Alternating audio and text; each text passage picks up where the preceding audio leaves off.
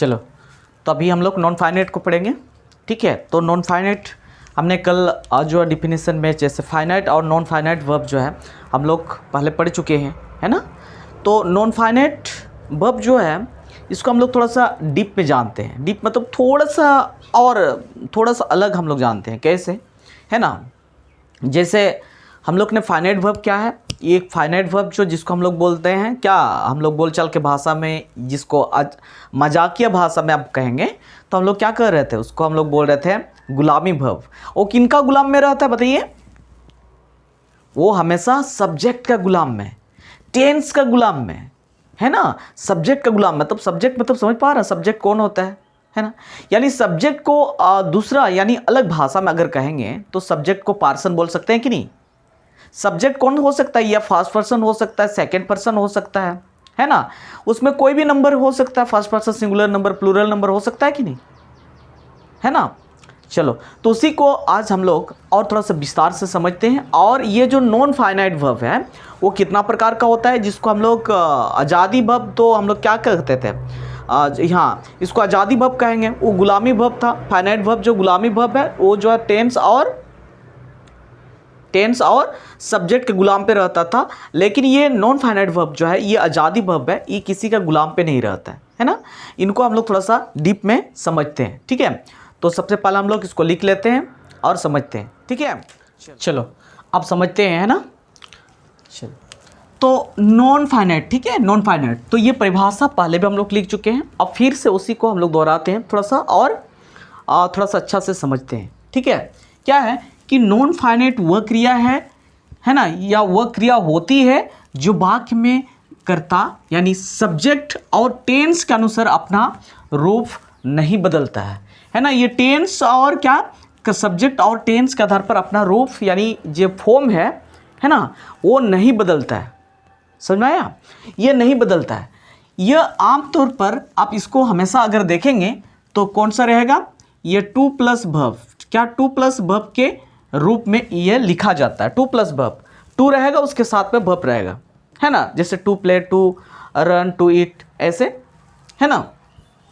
और ये वाक्य में अक्सर ये आप देखेंगे एक नाउन या एडजेक्टिव या adverb, noun adjective adverb, noun adjective adverb, या कुल मिलाकर के अगर बोलेंगे ये ऑब्जेक्ट या ऑब्जेक्ट की तरह कार्य करता है। जो काम कैसे करता है, ऑब्जेक्ट की तरह, है ना, कार्य करता है। समझ में आया कि नहीं, है ना।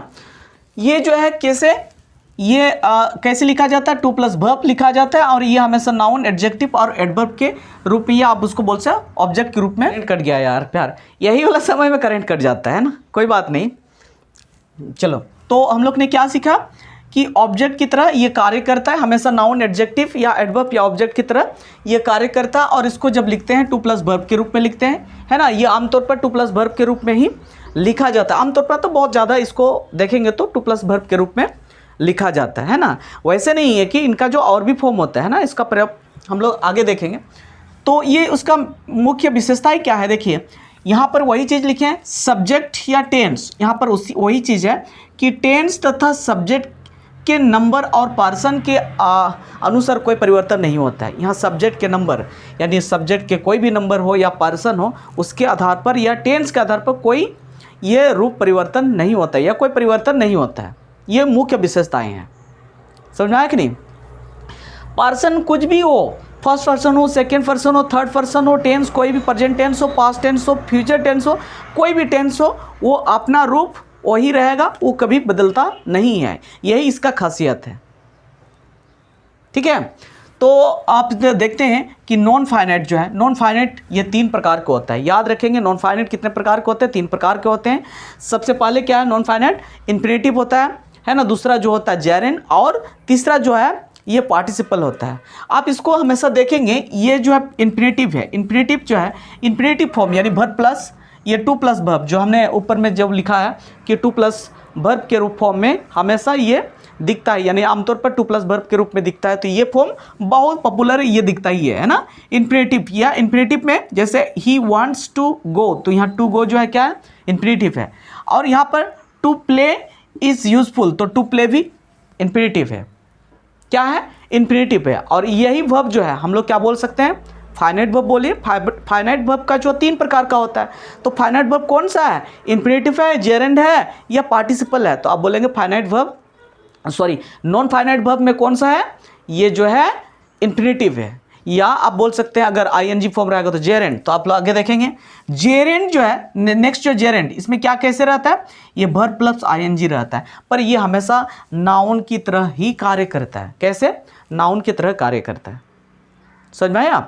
ये जो है क्या रहता है, देखो वर्ब प्लस आईएनजी रहेगा लेकिन नाउन की तरह कार्य करता है यहाँ पे, है ना। लेकिन इसमें कोई बदलता नहीं है। अब देखिए swimming is fun, swimming is fun, तो यहाँ पे स्विमिंग जो है देखिए क्या है, ये जो है एक क्या है, ये वर्ब है। कौन सा वर्ब है, नॉन फाइनाइट वर्ब है। नॉन फाइनाइट का कौन सा, जेरेंड है। तो जेरेंड, तो हमेशा जेरेंड ये नाउन की तरह कार्य करता है, समझ में आया।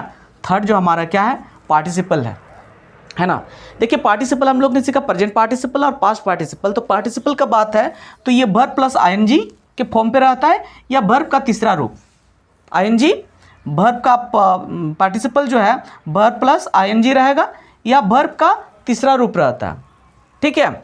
और ये हमेशा एडजेक्टिव की तरह कार्य करता है, एडजेक्टिव की तरह। आप देख सकते हैं दिस ग्लास इज ब्रोकन, तो यहाँ पर ब्रोकन जो है ये कौन सा है, ये पार्टिसिपल है, ठीक है। तो ये नॉन फाइनाइट वर्ब है, लेकिन नॉन फाइनाइट वर्ब में कौन सा है, ये क्या बोलते हैं, जेरेंड है, इन्फिनेटिव है या पार्टिसिपल है। तो आप हम लोग क्या कहेंगे, ये जो है पार्टिसिपल है, ये ब्रोकन जो है पार्टिसिपल है, समझ में आया कि नहीं, ठीक है। तो इस प्रकार तो अब सवाल उठती है यहाँ पे जो आप अब कभी कभी ऐसे सवाल आता है कि हम इनको कैसे समझेंगे। जैसे यहाँ पे जो है, जैसे ये इन्फिनेटिव भी 2 प्लस वर्ब या इन्फिनेटिव रहेगा, है ना। ये तो ये हम लोग कब इसको पहचानेंगे, है ना, इसको कब पहचानेंगे। जैसे कि इनका जो रोल प्ले अगर देखेंगे, है ना, ये जो है इन्फिनेटिव का रोल प्ले अगर देखेंगे, है ना, 2 प्लस ये वर्ब का जो है ये कार्य को देखेंगे, इसका कार्य को देखेंगे, तो ये जो है एक नाउन बन सकता है। क्या, NOU, नाउन बनेगा, एडजेक्टिव बनेगा, है ना, एडजेक्टिव और एडवर्ब रहेगा। तो हम लोग कैसे समझेंगे ये नाउन जैसे है या एडजेक्टिव है। यहाँ तो पूरा क्लियर हो गया। अब जेरेंड जो है हमेशा कौन सा फॉर्म पे रहता है, ये नाउन की तरह ही रहेगा, क्लियर हो गया, ठीक है। पार्टिसिपल जो है ये एडजेक्टिव की तरह हो गया, ये नाउन हो गया, ये एडजेक्टिव हो गया, है ना। तो ये जो 2 इन्फिनेटिव है ये हम बता देंगे कि ये नाउन सॉरी क्या 2 इन्फिनेटिव जो है 2 प्लस वर्ब यानी इन्फिनेटिव जो है एक नाउन की तरह और एडजेक्टिव की तरह और एडवर्ब की तरह भी कार्य करता है, ठीक है। इसको हम लोग अब सीखेंगे, ठीक है। तो पहले इसको आप लिख लीजिए फटाफट।